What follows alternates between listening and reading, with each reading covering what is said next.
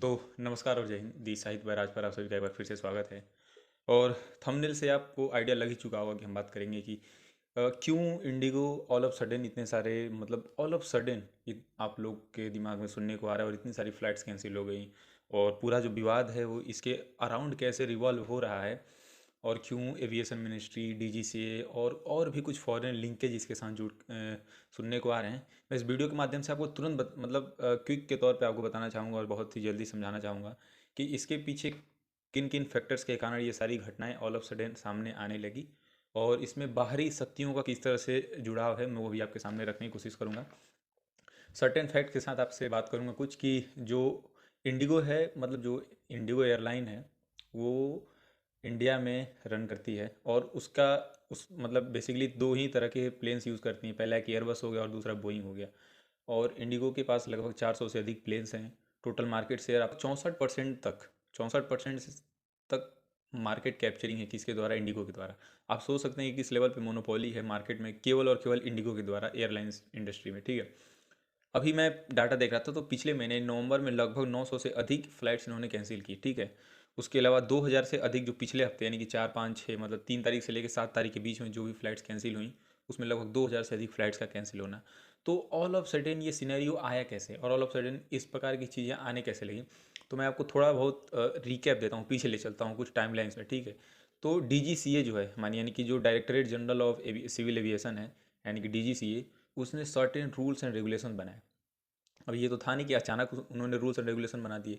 DGCA ने सबसे पहले मई में यानी कि इसी साल के मई में सर्टेन रूल्स एंड रेगुलेशन बनाए और उसका इम्प्लीकेशन दो फेज में होना था। यानी कि कुछ रूल्स जो थे वो मई में लगाए जाएंगे और उसके बाद दूसरा फेज जो था वो नवंबर में होने वाला था।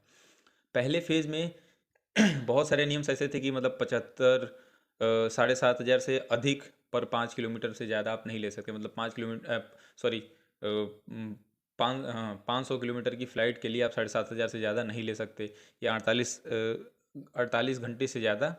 आप 48 घंटे आपको वीकली रेस्ट देना पड़ेगा क्रू को। उसके बाद नाइट ड्यूटी विंडो 12 बजे से 6 बजे तक खोलनी पड़ेगी। पायलट केवल हफ्ते में दो नाइट फ़्लाइट को जो है लैंड कर सकता है रात में। जो पहले का नियम था वो 6 बार कर सकता था, लेकिन अब एविएशन मिनिस्ट्री ने कहा कि भाई केवल 2 बार ही करेगा उसको। दूसरा केवल 8 घंटे ही नाइट में वो फ्लाइट कर सकता है और ओवरऑल 24 घंटे में केवल 10 घंटे ही कर सकता है। पहले ये सारे रेगुलेशंस नहीं थे। तो पहला फेज ऑफ जो रेगुलेशंस था, rules and regulation by DGCA, उसको मई में लागू करना था। तो उस अकॉर्डिंगली इंडिगो को 200 पायलट और उसके अकॉर्डिंगली क्रू मेंबर्स की भर्ती करनी थी, ठीक है। मई की बात कर रहा हूँ मैं, मई में, इसी साल के मई में। मैं टाइमलाइन पे इसलिए बार बार फोकस कर रहा हूँ क्योंकि किस प्रकार से ढिलवाही दी जाती है सिस्टम में, किस प्रकार से हमारी मिनिस्ट्री की इसमें गलती है कि वो इतने सारे रेगुलेशन बनाने के बाद भी जब कोई फॉलो नहीं करता तो उस पर कानूनी कार्रवाई नहीं होना और उस पर अनेक प्रकार की चीज़ें जो कि गवर्नमेंट रेगुलेटेड जुडिशरी के द्वारा है वो सारी चीज़ें नहीं होना। ये दिखाता है कि किस प्रकार से हमारा सिस्टम भ्रष्ट हो चुका है, ठीक है। ये सारे जो नॉर्म्स थे ये मई में बनाए गए, ठीक है। इसका था कि भाई ये सारी चीज़ें होना और उसके अकॉर्डिंगली इंडिगो को 200 से अधिक पायलट्स की भर्ती और उसी के अकॉर्डिंगली क्रू मेंबर्स की भर्ती करनी थी, ठीक है। अब बात आती है कि फ्लाइट्स नवंबर में डिले क्यों हुए, ठीक है। नवंबर, ये सिलसिला नवंबर से ही चल रहा था तो लोगों ने उतना ध्यान नहीं दिया क्योंकि दिसंबर में ऑल ऑफ सडन चीज़ें इस प्रकार से हुई। आप इसका को रिलेशन भी जोड़ेंगे तो आपको पता चलेगा। नवंबर में लगभग 900 से अधिक फ्लाइट्स का कैंसिल होना, पिछले हफ्ते में 2000 से अधिक फ्लाइट्स का कैंसिल होना। यदि नवंबर में इसलिए भी हुआ क्योंकि स्टाफ्स की कमी पड़ना, पायलट को उस तरह से, क्योंकि डीजीसीए ने साफ तौर पर नियम बना दिया था कि भाई हफ्ते में एक दिन में 10 घंटे से ज़्यादा कोई फ्लाइट नहीं कर सकता। वीक में 48 आवर्स आपको क्रू मेंबर्स को रेस्ट देना ही पड़ेगा। तो ये सारी चीज़ें बन चुकी थी। अब देखिए इंडिगो की सबसे बड़ी गलती कि भाई उसने 200 पायलट और वो भर्ती नहीं की। अब सरकार ने भाई इस पे कहा कि भाई आप जो भी गलतियां थी आपको 7 तारीख तक डेट दिया जा रहा है, मतलब 7 दिसंबर तक था कि आप सारे जितने भी फ्लाइट कैंसिल हुई उसको रिफंड करिए और भी सारी चीज़ें करी। लेकिन इन्होंने क्या किया, इन्होंने वाउचर दे दिए। अभी मैं वेट इसलिए कर रहा था इस वीडियो बनाने के पहले कि भाई देखें और क्या क्या इंडिगो के द्वारा किया जा रहा है। तो इंडिगो ने 10,000 से लेकर 20,000 तक के बीच में वाउचर दिए हैं कि भाई अगली बार जब आप फ्लाइट बुक करेंगे तो उसमें आपका ये वो हो जाएगा। मतलब voucher is a kind of money, digital money, जो कि आप यूज़ कर सकते हैं वाइल बुकिंग योर टिकट्स, ठीक है। अब इसमें मेजरली जो सवाल उठता है ना कि भाई ऑल ऑफ सडन ये हुआ क्यों, ठीक है। मैंने बताया कि मई में जो पहला नियम पहला सेट ऑफ रेगुलेशंस लागू करना था मई में हुआ, दूसरा नवंबर में होना था। नवंबर बीत गई और दिसंबर में ये सारी घटनाएं आने को आ गई। और ये भी गौर करने वाली बात है कि 4 और 5 तारीख को ये घटनाएं और भी तेज़ी से, मतलब जो ये फ्लाइट कैंसिल हो रही थी, इसका मीडिया कवरेज और ज़्यादा इंटरनेशनल मीडिया के द्वारा दिया जाने लगा। क्यों? क्योंकि 4 और 5 तारीख को, अब इसके इंटरनेशनल रिलेशन को जोड़िएगा कि 4 और 5 तारीख को देश में कौन आया था? रसिया के प्रेसिडेंट व्लादिमीर पुतिन और प्रधानमंत्री मोदी की दिल्ली में मीटिंग थी। ठीक है, आप गौर करिएगा टाइम लाइन 4-5 को।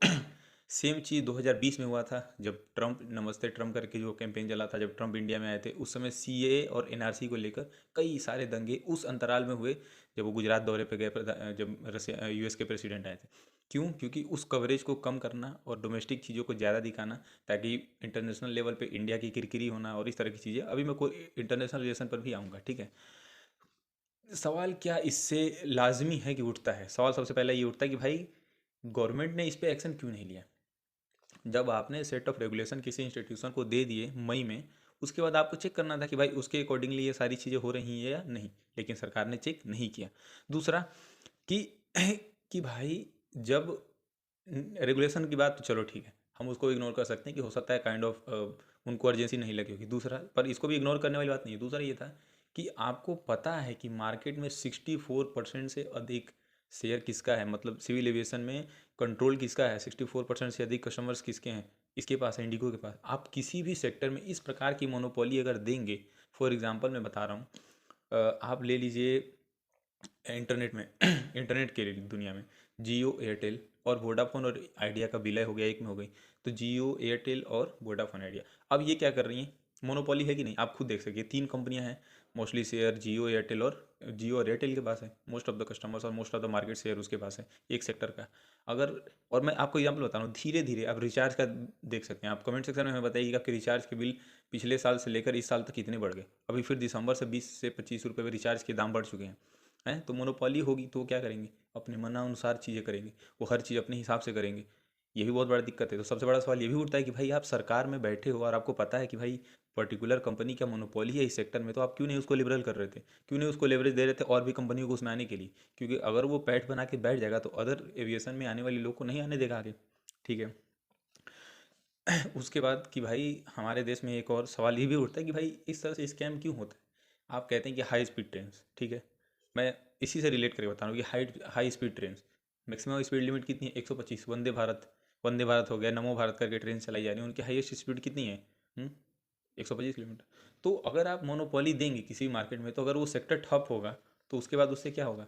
जब वो सेक्टर ठप हो जाएगा, अगर वो कंपनी फंस गई तो पूरा सेक्टर ही ठप हो जाएगा। और जब वो सेक्टर ठप होगा तो किस पे गाज की पड़ेगी? आम जनता पे। नॉर्मल पीपल को उससे ज़्यादा झेलना पड़ेगा। अब हम इसके एक और एस्पेक्ट पे आते हैं, जो कि है इंटरनेशनली ये किस तरह से जुड़ा हुआ है। जब जब डीजीसीए ने सर्टेन रूल्स एंड रेगुलेशन बनाए कि मई में और नवंबर में ये सारी रूल्स आपको फॉलो करने हैं 2 फेज़ में। तो मई में जब ये सारी हुई, तो एक तुर्किश कंपनी है, तुर्किश एयरलाइन, जो कि सेल्वी कंपनी है, जो कि तुर्किश एयरलाइन को चलाती है। उन जो सेल्वी कंपनी थी उसको बहुत सारे सिटीज़ के एयरपोर्ट से बैन कर दिया गया था। बैन या बाइकआउट कह सकते हैं आप, किया गया था रिगार्डिंग ऑपरेशन सिंदूर में, जो तुर्की का स्टांस था पाकिस्तान के सपोर्ट में। आप गौर करिएगा कि तुर्की का सपोर्ट था किसके, किसको दिया सपोर्ट? पाकिस्तान के समय, जब पाकिस्तान को दिया ऑपरेशन सिंदूर के समय में। उसी सेल्वी कंपनी के साथ इसने, किसने? इंडिगो ने अपना कोलैबोरेशन किया हुआ है।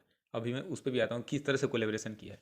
मई में ही, यानी कि मई में जब पहला सेट ऑफ रेगुलेशन आया, तो मई में ही डीजीसीए ने बहुत सारे तुर्किश एयरलाइन के चीज़ों में सर्च ऑपरेशन किया, तो उसमें बहुत सारे एक्सप्लोजिव मटेरियल्स पाए गए। मैं बहुत सारे आर्टिकल लगा दूंगा, आप देख लीजिएगा, क्रॉस चेक भी कर सकते हैं आप। बहुत सारे तुर्किश प्लेन में एक्सप्लोजिव भी पाए गए। और गवर्नमेंट ने मना किया था कि तुर्की एयरलाइन के साथ अपना जो भी रिलेशन है और जो भी कोऑर्डिनेशन है उसको ख़त्म करो जून और अगस्त तक। ठीक है। तो और उनको टाइमलाइन भी दिया गया था इंडिगो को, अगस्त तक कि आप ख़त्म करो, लेकिन इंडिगो ने अगस्त तक ख़त्म नहीं किया। अब आते हैं कि अब हम तुर्की एयरलाइन में बात करते हैं। जो तुर्की एयरलाइन है उसमें तुर्की सोवर्जिन वेल्थ फंड का स्टेक है 45%। आप इस रिलेशन को गौर फरमाइएगा, ठीक है, कि तुर्की सोवर्निंग वेल्थ फंड जो है उसका उसमें शेयर है 45%। और ये किसकी कंपनी है? एर्दोगन। अब एर्दोगन कौन है? आप गूगल पे जाइए, सर्च करिए तुर्की के प्रेसिडेंट एर्दोगन। आप सोचिए, अब आप देख सकते हैं कि किस तरह से पूरा रिलेशन जुड़ा हुआ है। तुर्की से एयरलाइन में 48% से अधिक शेयर किसका है? एर्दोगन के। और एर्दोगन कौन है? तुर्की का प्रेसिडेंट है। और उसकी कंपनी है तुर्की स्वर्निन वेल्थ फंड। अब आप हमें बताइए, जो तुर्किश एयरलाइन है उसमें किसके किसके स्टेक हैं? अगर आप जानना चाहेंगे तो मैं आपको बता देता हूँ। चाइना, पाकिस्तान और तुर्की। और ये तीनों किसको सपोर्ट करते हैं? पाकिस्तान को। ये सारी चीज़ें मालूमात होने के बावजूद भी आप सोचिए किस प्रकार की ये इन लोगों की मन बढ़ चुका है कि ये किस प्रकार से इग्नोरेंस कर रहे हैं, इग्नोरेंस दिखा रहे हैं। अगस्त में सरकार के द्वारा साफ तौर पे कहा गया कि भाई आप ख़त्म कर दीजिए उसके साथ रिलेशन जिस भी प्रकार से, लेकिन इन्होंने नहीं किया। मई में भी उसने सर्च ऑपरेशन किया जिसमें पाया गया कि बहुत सारे एक्सप्लोजिव मटेरियल्स हैं। अब जो एर्दोगान है वो किसको सपोर्ट करता है? पाकिस्तान को। तुर्की का डायरेक्ट सपोर्ट किसको है? पाकिस्तान को। तो इंडिगो ने तो साफ तौर पे ही डिनाई कर दिया देशभक्ति। और देशभक्ति ही नहीं, आप सोचिए सरकार की बहुत सारी गाइडलाइंस को उसने डिनाई कर दिया। और अगर कल चाहा जाए तुर्की कि भाई मुझे ये सारी चीज़ें डिफ़ॉल्ट करना है इस प्लेन में और उसके बाद पूरे देश में अराजकता फैलाना है तो वह ईजिली कर सकता है, क्योंकि उसमें चाइना का स्टेक है, उसमें पाकिस्तान का स्टेक है। तो आप सोच सकते हैं कि किसी भी सेक्टर में आप एक तरह से मोनोपोली देंगे तो क्या होगा। अब मैं इंटरनेशनल रिलेशन इसलिए बता रहा था तुर्की इस एयरलाइन का, क्योंकि सेम टाइम पे जब 2020 में ट्रम्प आए थे तो उस वक्त सीए और एनआरसी का नाटक कर दिया गया।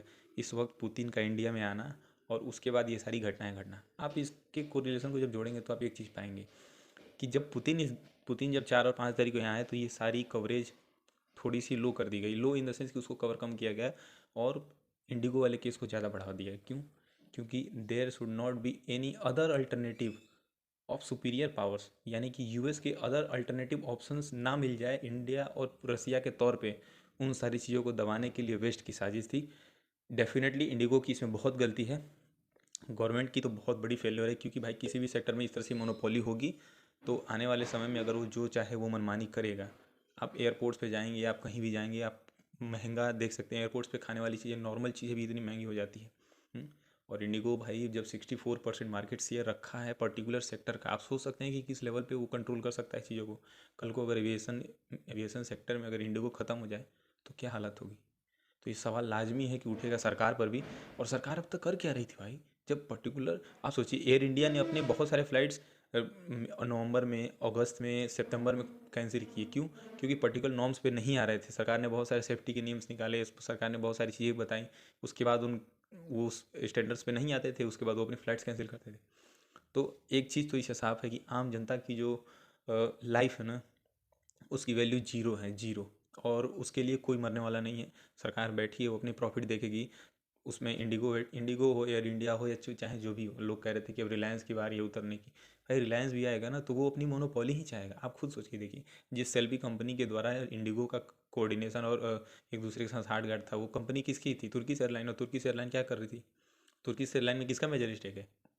तो आप सोच सकते हैं कि कल को अगर वो चाहें तो किस लेवल पे हमारे डिस्ट्रक्शन कर सकते हैं, किस लेवल पे हमारे साथ घटनाएं हो सकती हैं। आप सोच के देखिए। और ये अगर मैं इस लेवल पे होके मैं ये सारी चीज़ें जान जाता हूँ, मैं रिसर्च करके पता चल जाता है, तो आप सोच के देखिए कि गवर्नमेंट में बैठे हुए लोगों को नहीं पता होगी गवर्नमेंट में बैठे लोग क्या कर रहे हैं भाई। ये तो साफ तौर पे सवाल उठता है ना कि भाई आपको पता है कि सारी चीज़, उसके बावजूद भी इस प्रकार की ढिलवाई हो रही है। आप क्या सोचते हैं इस वीडियो के बारे में और इस टॉपिक के बारे में? आप हमें कमेंट सेक्शन में बता सकते हैं। और आपने बहुत सारे लोगों की भी फ्लाइट कैंसिल हो ही होगी तो आप हमें कमेंट करके बता सकते हैं। और गवर्नमेंट की इस ढिलवाई पर आपका क्या राय है? आप क्या पर्टिकुलरली चाहते हैं सरकार से कि भाई ये सारी चीज़ें बदलें? देखिए क्रिटिसिज्म बहुत ज़रूरी है, कंस्ट्रक्टिव होनी चाहिए और सरकार को इस पर बिल्कुल ही बिल्कुल कार्रवाई करनी चाहिए। और सरकार में जो भी लोग इसके हकदार हैं उसको डेफिनेटली उनके प्लेसेस से हटाया जाना चाहिए, उन पर कार्रवाई हो। और ये वीडियो आपको जैसा भी लगा हो आप हमें कमेंट सेक्शन में बता सकते हैं। और डू लाइक शेयर सब्सक्राइब। धन्यवाद।